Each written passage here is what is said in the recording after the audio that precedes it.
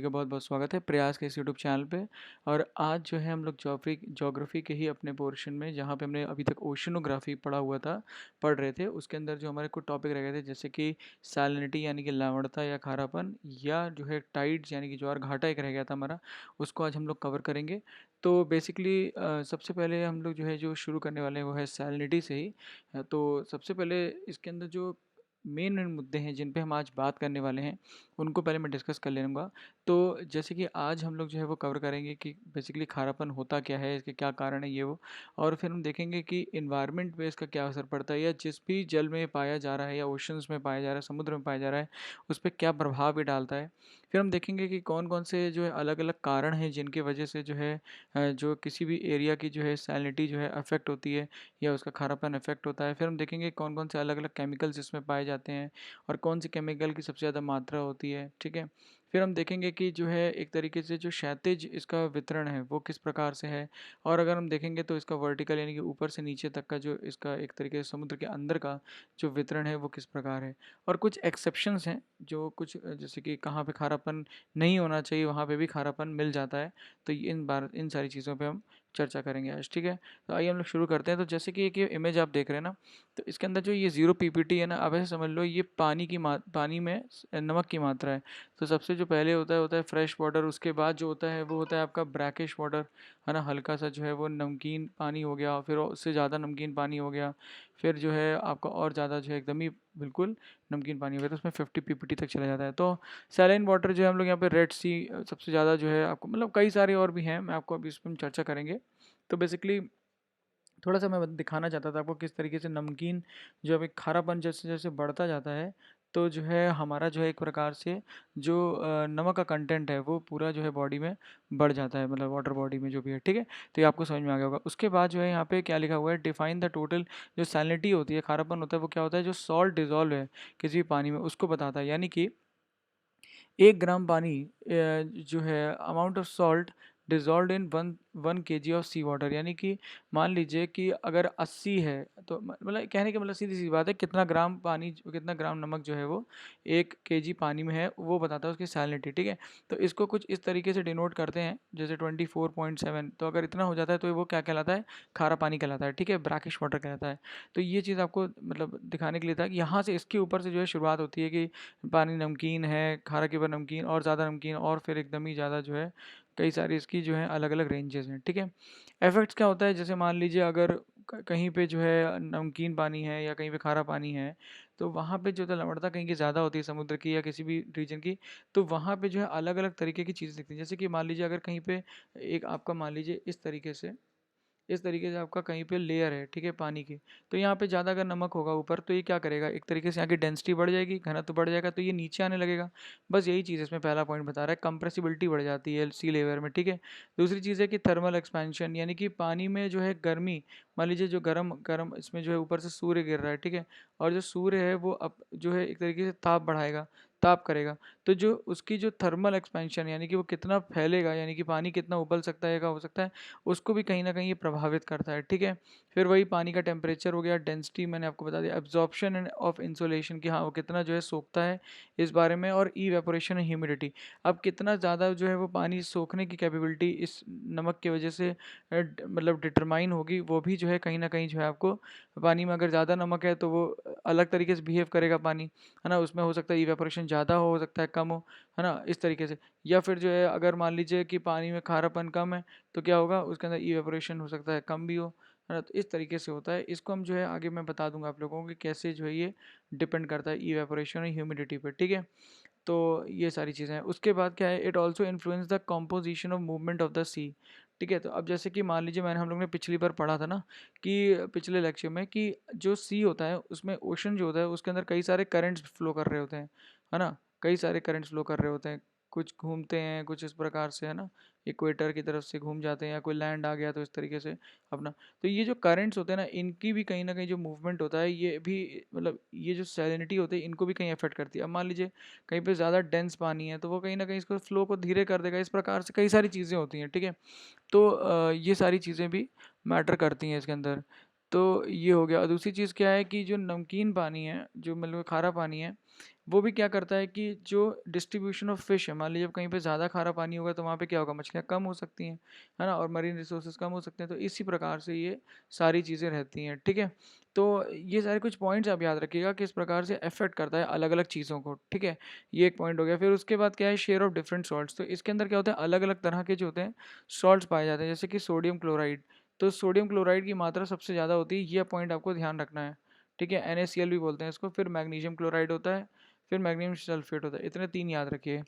और इस उसमें भी NaCl में भी, मतलब ये NaCl का मॉलिक्यूल है ना, NaCl, थोड़ा सा आपको केमिस्ट्री ना भी आती है कोई बात नहीं, तो समझ लीजिए। तो इसमें क्लोरीन का जो मॉलिक्यूल है ये सबसे ज़्यादा पाया जाता है, ये देखिए 18.97 ग्राम और वाटर में, ठीक है। तो ये होता है।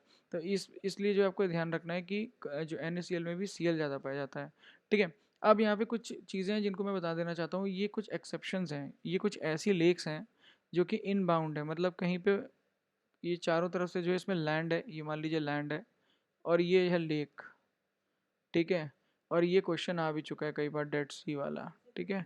तो जो है ये जो है आप देखिए, अगर पूछा जाए कि सबसे ज़्यादा जो है नमकीन पानी कहाँ पाया जाता है ना, तो आपको याद होना चाहिए कि आंसर क्या है, लेक वैन। वैन में भर के नमक लाए थे यहाँ पे, ठीक है। तो ये ध्यान रखना है। उसके बाद सबसे नीचे होता है और भी चीज़ों में। तो ये 3 एक्सेप्शन है, सबसे ज़्यादा पृथ्वी में यहीं पे पानी नमकीन जो है पाया जाता है, पर ये ओशन नहीं है ना, ये एक इनक्लोज्ड लेक्स हैं। तो ये आप थोड़ा सा ध्यान रखिएगा, नाम भले ही इनका सी है बट ये हैं इनक्लोज्ड ही। फिर आगे आ जाते हैं हम लोग। फिर आता है कि factors affecting the salinity of the ocean, मतलब कि मान लीजिए कोई भी जगह है, मान लीजिए ये इंडिया है, ठीक है। रुकिए इंडिया बनाता हूँ पहले मैं। ये आपका इंडिया का हो गया मैप, ठीक है। ये आपका इंडिया हो गया ऐसे करके, ठीक है। अब यहाँ पे मान लीजिए ये समुद्र है, ठीक है। अब यहाँ पे क्या हो रहा है, जो कौन कौन से फैक्टर इफेक्ट कर सकते हैं। अब मान लो यार, आप यहाँ पे कितनी सैलिनिटी है, मान लेते हैं 27 है, ठीक है। अब क्या हुआ, इवेपोरेशन एंड प्रेसिपिटेशन। मान लो यहाँ पे ज़्यादा सूर्य चमकेगा तो क्या होगा, पानी जो है इवेपोरेट होगा। पानी इवेपोरेट होगा तो नमक की मात्रा तो वैसी की वैसी है, पर नमक पानी कम हो गया।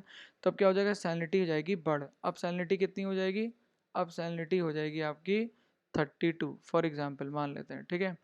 अब देखो दूसरा पॉइंट क्या लिखा हो, एक पॉइंट तो हो गया। दूसरा पॉइंट क्या लिखा है, fresh water flow from the river.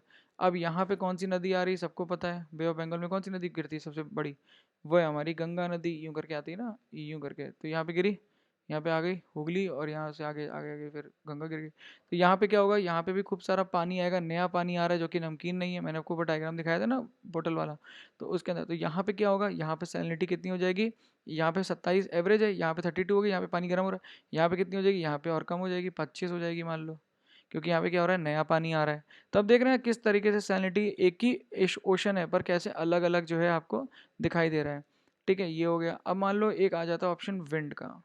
अब विंड क्या कर रही है, यहाँ से मान लो हवा आई, मानसून विंड्स आई, तो ये क्या करेंगी, मान लो ये यहाँ का नमकीन पानी थोड़ा सा इधर लाएंगी। तो अब जब ये नमकीन पानी इधर लाएंगी तो उस समय हो सकता है इसका जो सैलिनिटी है, इस एरिया का जो, ओहो, इस इस एरिया की जो सैलिनिटी होगी वो कितनी बढ़ जाएगी, बढ़कर कितनी हो जाएगी, एक मिनट, एक थोड़ा सा खराब हो गया। सैलिनिटी यहाँ पे बढ़ के कितनी हो जाएगी, यहाँ पे सैलिनिटी बढ़ के हो जाएगी 26। क्यों, अब विंड्स का भी इफेक्ट यहाँ पे हो रहा है। तो विंड अगर यहाँ से इधर जा रही है तो इस प्रकार से, और अगर इधर से फ्रेश वाटर इधर ला रही है तो यहाँ की विंड, यहाँ की सैलिनिटी कम हो जाएगी, तो यहाँ भी 26 हो जाएगी। तो ये चीज़ है, मतलब विंड जो होती है मतलब डिस्ट्रीब्यूशन कर रही है उसका, ये ऐसे आपको समझना है। फिर एक हो गया ओशन वाटर, ओशन करेंट्स। अब आपको जैसे पता है कि कई सारे ओशन करेंट्स फ्लो कर रहे होते हैं। यहाँ पे मैंने आपको कल पिछले लेक्चर में बताया था कि एक आपका ओशन करंट फ्लो करता है यहाँ पे, ठीक है ना। तो जो ओशन करंट्स यहाँ पे फ्लो कर रहे होते हैं वो क्या करते हैं, एक तरीके से यहाँ पे पानी लेके आते हैं, और यहाँ पे पानी भर जाता है। तो अब जब ओशन यहाँ पे फ्लो कर रहा होगा, तो अगर यहाँ पे मान लीजिए ज़्यादा सैलाइन पानी है, तो क्या होगा, वो यहाँ पे आ जाएगा, यहाँ पे भी सैलाइन पानी हो जाएगा। अगर मान लीजिए यहाँ पे थोड़ा फ्रेश वाटर है तो यहाँ पे ले आएगा, तो यहाँ पे भी फ्रेश वाटर हो जाएगा। तो इस तरीके से जो है ओशन करंट जो है वो आपके पानी का जो खारापन है उसको फैलाते हैं, ठीक है। फिर चेंज इन टेम्परेचर और density influences the salinity of an area. अब मान लीजिए यहाँ पे जो सी का टेम्परेचर है वो बढ़ रहा है, घट रहा है, तो उसके वजह से भी अपना होता है। डेंसिटी के इन्फ्लुएंस का मतलब क्या हो गया कि मान लीजिए ज़्यादा डेंस हो गया तो वो नीचे चला जाएगा। तो अब नीचे चला गया डेंस पानी, जो नमकीन पानी था, तो ऊपर क्या आ जाएगा, खारा पानी की जगह क्या आ जाएगा, थोड़ा कम नमकीन पानी आ जाएगा, थोड़ा कम खारा पानी आ जाएगा। तो अब यहाँ का जो खारापन है वो कम हो जाएगा, 26 हो जाएगा। तो ये चीज़ इसके अंदर समझाई गई। ये सारे पॉइंट्स है, याद रखने आपको, इंपॉर्टेंट है। क्वेश्चन आ सकता है डायरेक्टली इस पर, ठीक है, कि कौन कौन से फैक्टर होते हैं जो किसी जगह के नमकीन या खारापन होने को बताता है। बस ज़्यादा PhD नहीं करनी है, बस इतना आपको याद रखना है, ठीक है। उसके बाद क्या है, हॉरिजॉन्टल डिस्ट्रीब्यूशन। हॉरिजॉन्टल डिस्ट्रीब्यूशन में क्या होता है, देखिए ऐसे समझिए कि ये आपके पूरा जो एक सी है ऊपर से दिखाई दे रहा है आपको, तो कहाँ पे कितनी सैलिनिटी होगी वो ये चीज़ दिखा रहा है। जैसे मैंने आपको बताया, जहाँ पे सूर्य ज़्यादा चमक रहा होगा और जहाँ पे करंट्स नहीं होंगे, वहाँ पे क्या होगा, उस जगह पे क्या होगा, उस जगह पे आपको पता है क्या होना है, उस जगह पे एक ही चीज़ होनी है, और वो क्या है कि आपका वहाँ पे जो है एक तरीके से ज़्यादा इवेपोरेशन हो रहा है। देखो इस एरिया में ज़्यादा इवेपोरेशन हो रहा है, यहाँ पे क्या हो जाएगा, खारापन बढ़ जाएगा। ये देखो यहाँ पे अब, ठीक है। इसी प्रकार से यहाँ भी देखिए, यहाँ पे क्या गल्फ स्ट्रीम है, आपको याद है ना, तो यहाँ पे क्या होगा, यहाँ पे भी ज़्यादा जो है इवेपोरेशन होगा, और जो है एक तरीके से क्या है, यहाँ पे भी गर्म रहेगा एरिया, और यहाँ पे क्या होगा, सैलिनिटी बढ़ जाएगी।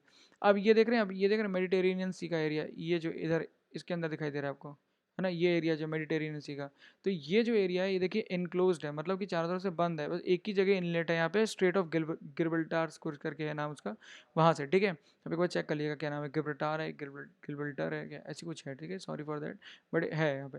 तो यहाँ से जो है क्या होता है, कम इतने ज़्यादा जो है ना सी का अंदर जो है ना एक तरीके से घुल मिल नहीं पाता है। अब देखिए, ये मैंने आपको बताया ना, एक ऑप्शन, एक और जो रीज़न होता है वो क्या होता है, ओशन करंट्स होते हैं, मैंने बताया था ना ओशन करंट्स।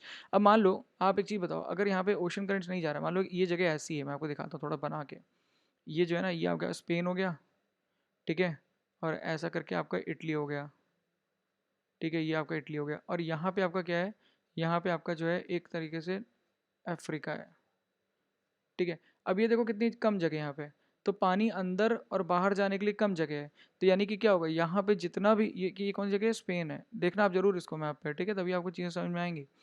और ये क्या है, यहाँ पे आपका मोरक्को है, ठीक है, और यहाँ पे अलग अलग कंट्रीज हैं, जैसे लिबिया हो गई और टूनीजिया हो गई, ऐसे बहुत सारी हैं, ठीक है, और यहाँ पे इटली है।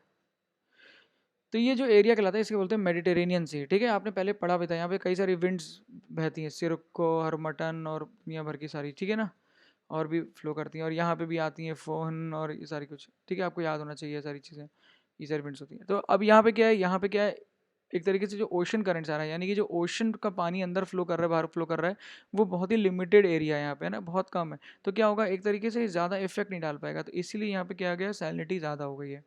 ऐसे रेड सी में भी है, रेड सी में क्या होगा, रेड सी में भी एरिया कम है। अगर आप देखो रेड सी में, अगर आपको मैं बना के दिखाऊं, तो ये जो हॉर्न ऑफ अफ्रीका है वो कुछ इस तरीके से है, ठीक है, ये है हॉर्न हॉर्न ऑफ अफ्रीका, और ये आ गया आपका सऊदी अरेबिया, ठीक है, तो ये हो गया आपका सऊदी अरेबिया। अब जो ये एरिया है ना, ये क्या कहलाता है, ये एरिया कहलाता है रेड सी,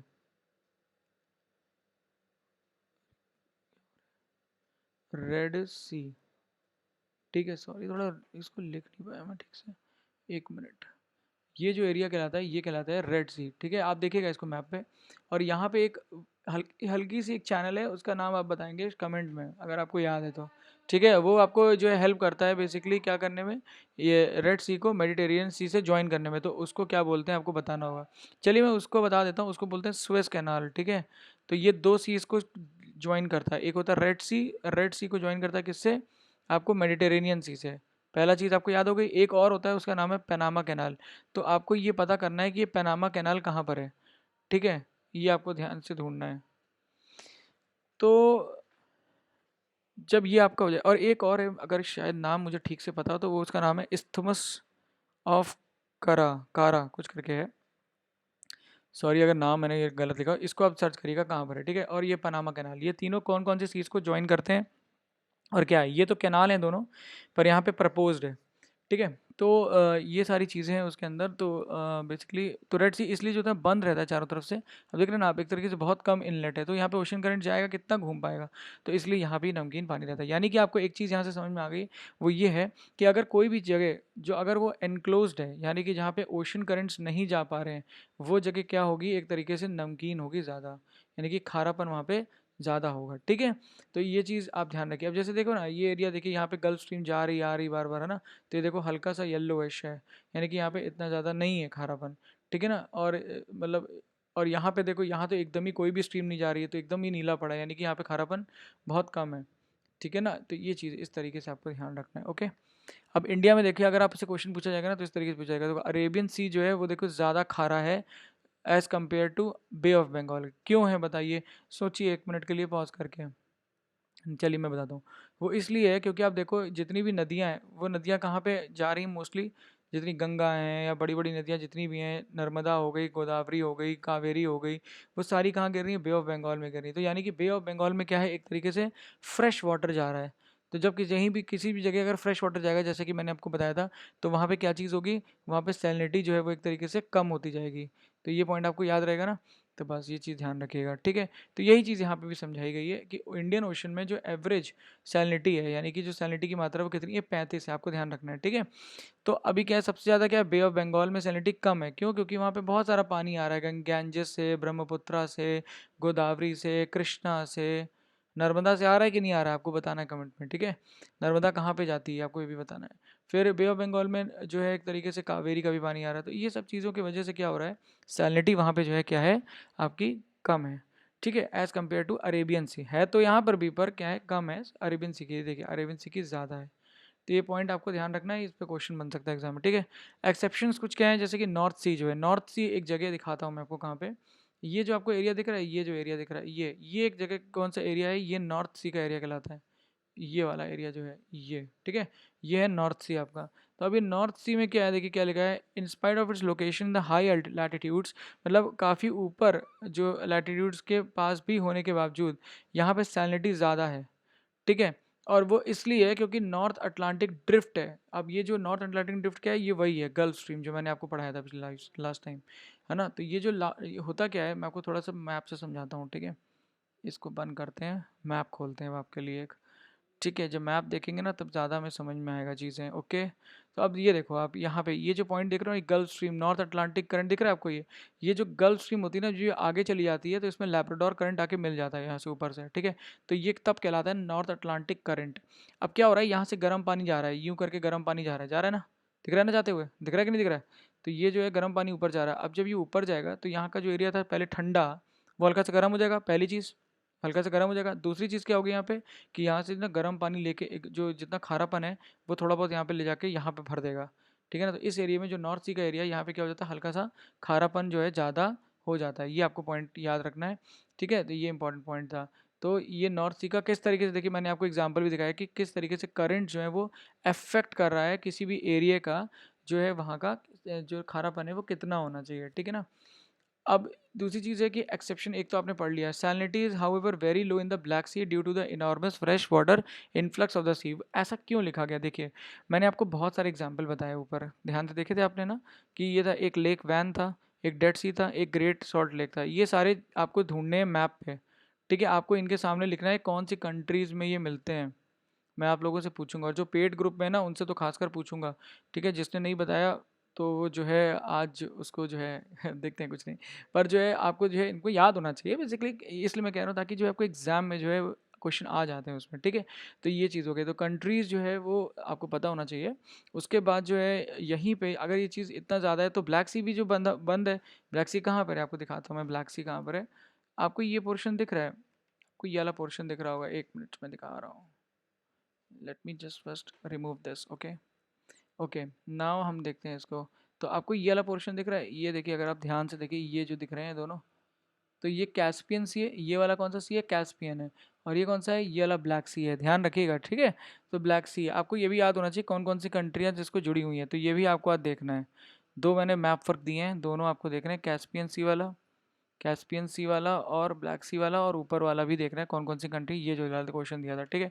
ये पता होना चाहिए, इंपॉर्टेंट है, आप लोग कर लीजिएगा, इतना मैप वर्क तो कर लेना आप लोग, है ना, इतना तो करते जाओ कम से कम, ठीक है। कुछ तो मैप वर्क करो, अब कहीं से भी क्वेश्चन आ सकता है यहाँ पे मैप वर्क में, पर ये सारी इंपॉर्टेंट जगह पता होनी चाहिए, ठीक है। तो ये हो गया ब्लैक सी। अब ब्लैक सी जो है वो घिरा हुआ है, घिरा किससे हुआ है, लैंड से घिरा हुआ है, तो इसकी सैलिनिटी तो ज़्यादा होनी चाहिए था ना, क्योंकि हमने यहाँ देखा कि सैलिनिटी इनकी ज़्यादा है, पर ऐसा यहाँ पे नहीं है। ब्लैक सी की सैलिनिटी इतनी ज़्यादा नहीं है, क्यों नहीं है, क्योंकि यहाँ पे जो है वो एक तरीके से क्या हो रहा है, रिवर का जो है पानी इसमें आके गिरता है, किस में गिरता है, ब्लैक सी में आके गिर रहा है, ठीक है। तो ये आपका मान लीजिए ब्लैक सी है, ठीक है। और ब्लैक सी में जो है अलग अलग रिवर जो है आके गिर रही हैं, जैसे वोल्गा हो गई, डेन्यूब हो गई, है ना। तो एक बार चेक करना कौन कौन सी है, और यहाँ पे आके मिलती है। और ये जो है यहीं पे ही जो है यहाँ पे एक हल्का सा एक पोर्शन खुला हुआ है, और फिर ये आके कहाँ मिल जाता है, मेडिटेरेनियन सी में मिल जाता है।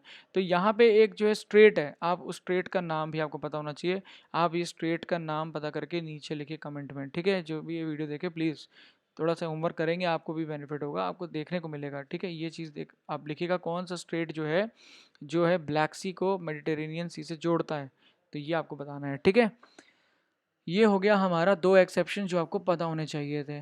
तो इससे हमें क्या सीख मिली, जब भी कहीं भी बढ़िया सोर्स ऑफ पानी आएगा, कम नमकीन पानी या कम खारा पानी आएगा, तो वहाँ पे क्या होगा, आपकी सैलिनिटी जो है वो एक तरीके से गिर जाएगी, ठीक है।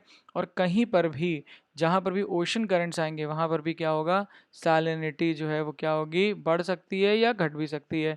अगर ओशन करंट्स की सैलिनिटी जो है वो ज़्यादा है तो ये ज़्यादा बढ़ जाएगी, अगर कम है कम, यानी कि मतलब अगर नमकीन पानी आ रहा है किसी भी जगह तो वहाँ पे क्या होगा, सैलिनिटी जो होगी वो बढ़ जाएगी, ठीक है, याद रहेगा, गुड।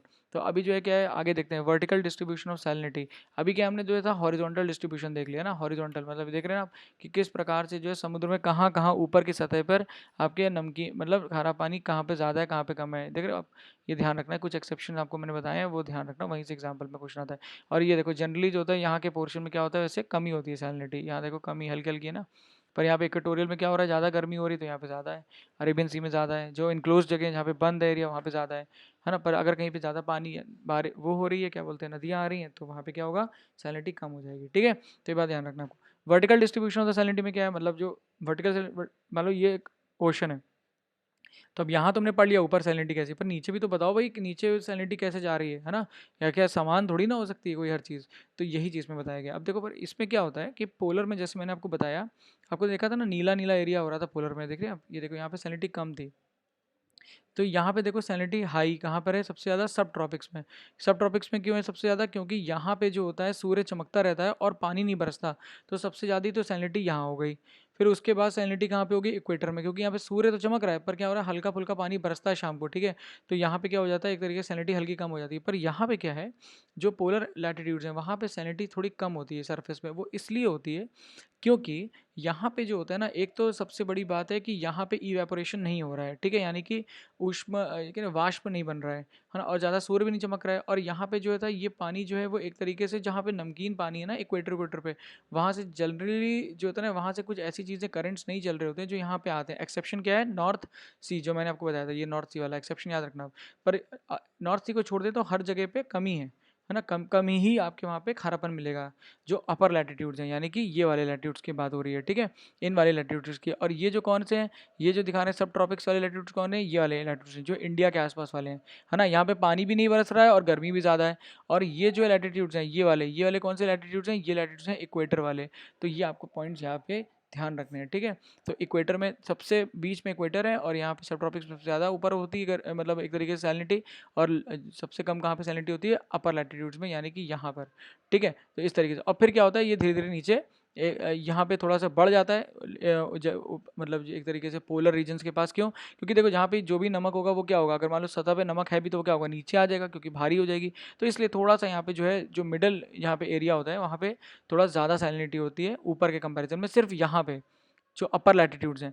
बाकी सब में क्या होता है, जो है नमकीन नमक जो होता है, खारापन जो है वो कम ही होता है। तो ये जो आप रेंज देख रहे हो ना, ये जो रेंज है जहाँ पे एकदम से सडन फॉल हो रहा है या बढ़ रहा है मतलब एक तरीके से आपकी जो वो है खारापन है, उसको क्या बोलते हैं, उसको बोलते हैं हेलोक्लाइन। हेलोक्लाइन, ये दिख रहा है ना, हेलोक्लाइन। तो आपको ये पॉइंट याद रखना है, हेलोक्लाइन। तो हमने जो है सारे पॉइंट्स कवर कर लिए कि जो है वर्टिकल डिस्ट्रीब्यूशन क्या होता है, हॉरिजॉन्टल डिस्ट्रीब्यूशन कैसे होता है, कौन कौन से केमिकल्स थे, एक्सेप्शंस बता दिए मैंने आपको, फैक्टर्स जो थे कौन कौन से अफेक्टिंग करते हैं सैलिनिटी को वो बता दिए, इफेक्ट्स ऑन एनवायरनमेंट क्या है, वाटर बॉडीज़ क्या, और सैलिनिटी होती क्या है। ये point complete, salinity chapter complete हो गया। इससे बाहर जो है अगर आएगा तो समझ लो बहुत टफ है, पर ठीक है, तब भी आप एक बार अगर कहीं से भी पढ़ रहे हो तो आप इसको पढ़ लेना, है ना। हो सकता है आपको कुछ एक्सेप्शंस और मिल जाएँ, तो आप बस कंफ्यूज मत होना। पर देखिए एक्सेप्शंस बनते हैं कॉन्सेप्ट पे, जो कॉन्सेप्ट मैंने आपको कई सारे बताया कि कहीं से भी बढ़िया पानी आएगा तो भी सैलिनिटी कम हो जाएगी, है ना, बताया था ना। कहीं खारा पानी कहीं से आ रहा है तो सैलिनिटी बढ़ जाएगी, कोई जगह बंद है तो सैलिनिटी बढ़ जाएगी, पर अगर कोई जगह बंद है पर वहाँ पे रिवर्स आ रही है तो सैलिनिटी कम हो जाएगी, जैसे ब्लैक सी का एग्जांपल दिया था। तो कुछ कॉन्सेप्ट्स हैं, अगर वो कॉन्सेप्ट्स अगर वहाँ पे बन रहे हैं उस जगह पे, तो आपका आंसर जो है वो बन जाएगा, ठीक है। इस तरह के क्वेश्चन पता है कैसे क्वेश्चन बनते हैं वहाँ पे, जैसे वो आपको बोलेगा पहला क्वेश्चन, जैसे मान लीजिए क्वेश्चन का एग्जांपल देता हूँ मैं आपको, जो ब्लैक सी है, मतलब वो बोलेगा पहला असर्शन बोलेगा Black Sea has less salinity, ठीक है, पहले ये बोलेगा। बी बोलेगा बिकॉज मैनी रिवर्स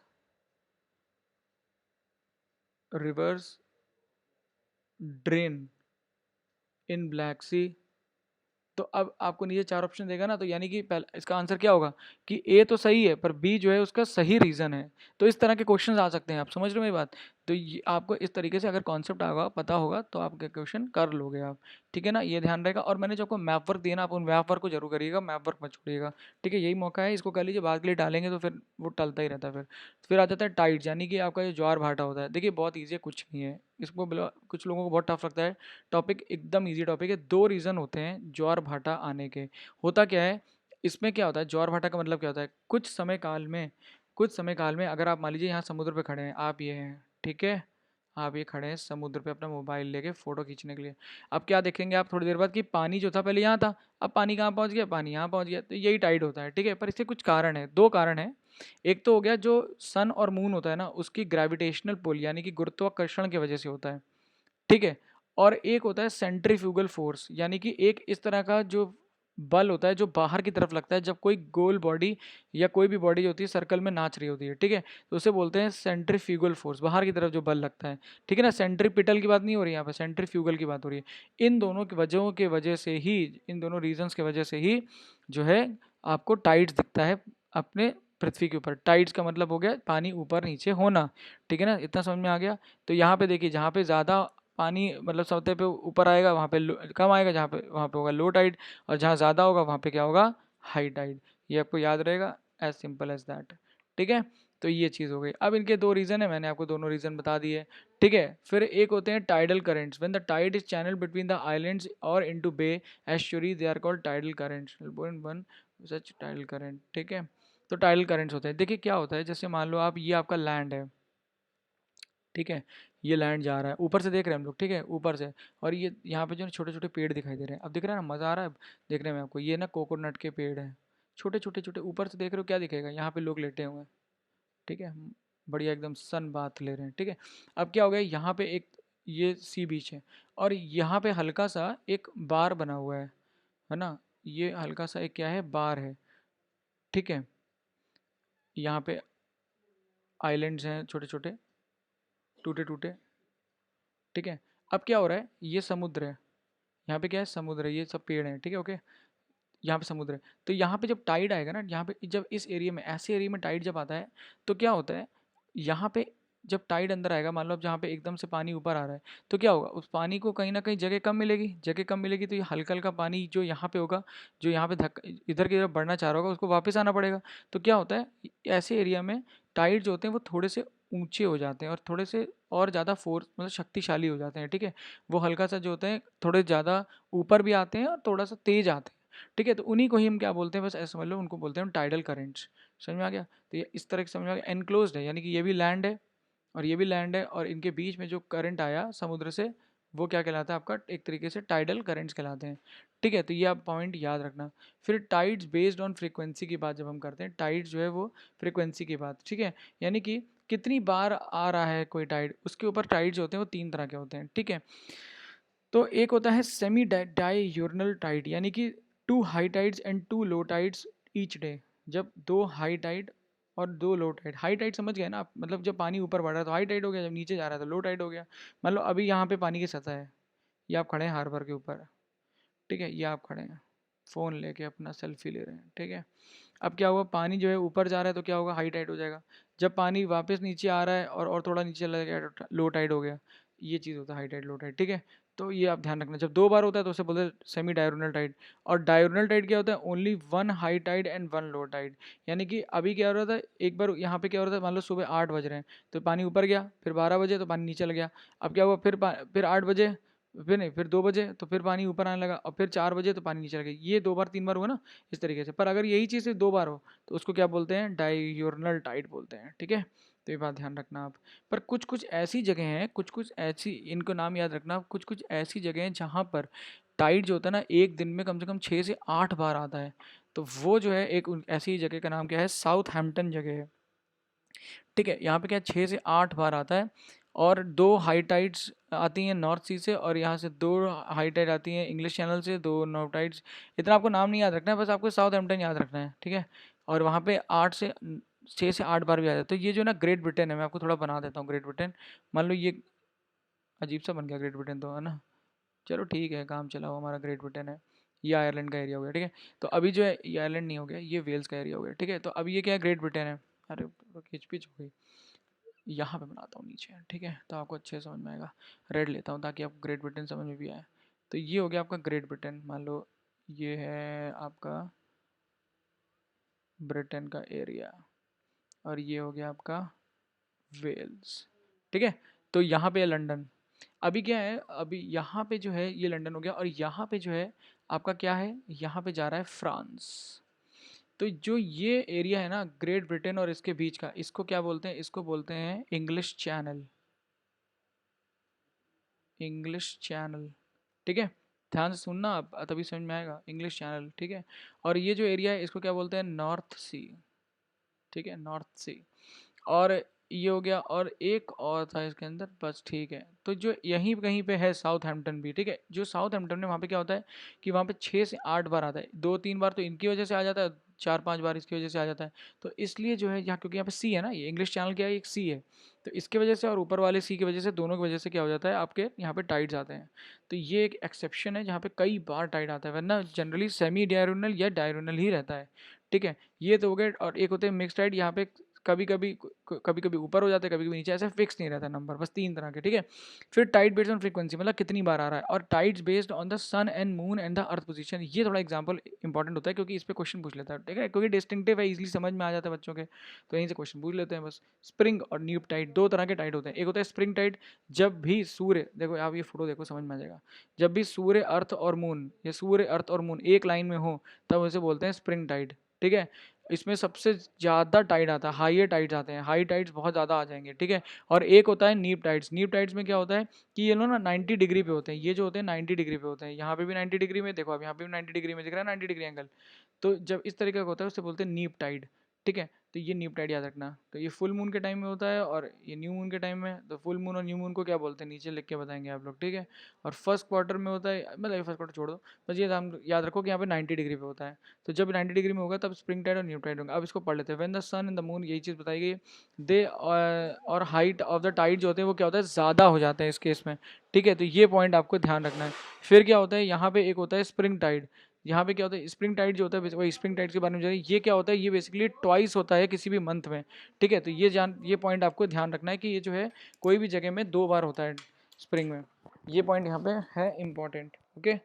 फिर जो है आपको जो दूसरा पॉइंट यहाँ पे ध्यान रखना है वो क्या है कि one on full moon period and another on new moon period, बस। तो वो जो मैंने आपको डायग्राम देखा, जो डायग्राम है ना वो बहुत इंपॉर्टेंट है, डायग्राम से ही आपको समझ में आ जाएगा, ठीक है। उसके बाद है like spring tides, these tides also occur twice a month, है ना। तो जैसे कि ये 2 बार होते हैं ना, मैंने बताया महीने में 2 बार होते हैं, ट्वाइस अ मंथ, ये देखिए लिखा हुआ ना, इसी तरीके से ये भी 2 बार होते हैं महीने में। और क्या होता है 7 डे इंटरवल्स में होता है, यानी कि मान लो आज है, आज 7 तारीख है, तो आज हुआ है तुम्हारा फुल मून का स्प्रिंग टाइड हुआ है, तो आगे चल के 14 तारीख को क्या होगा, 14 तारीख को आपका क्या हो जाएगा, 14 तारीख को एक तरीके से 14th को जो है आपका नीप टाइड या जो भी, हाँ नीप टाइड हो जाएगा, ठीक है। तो इस तरीके से, तो इस तरीके से रहता है और ये सारे पॉइंट्स रहते हैं, ठीक है। फिर एक और चीज़ है कि कुछ कुछ चीज़ों पे जो है हाई टाइड और लो टाइड जो है बढ़ता है। जैसे कि हमने, आपको याद होगा कि हमने एफीहीलियन और पेरीहीलियन पढ़े थे ना, यानी कि जब सूर्य कब पास होता है, सूर्य कब दूर होता है, ये सारे पॉइंट्स हमने पढ़े थे, अगर आपको याद हो। देखिए मैं आपको दिखाता हूँ, हमने पढ़ा हुआ है इसको, है ना। तो 1 मिनट, पेरीहीलियन कहाँ गया हमारा, okay, we got this, okay. तो ये है ना, हमने पढ़ा था ना उपसौर और अपसौर पढ़ा था ना। पेरीहीलियन होता है उप, मतलब पास चले जाता है ना। और अपसौर में मतलब दूर चला जाता है, तो उप, यहाँ मैंने आपको एग्जांपल भी दिया था उपवास का, इस तरीके से।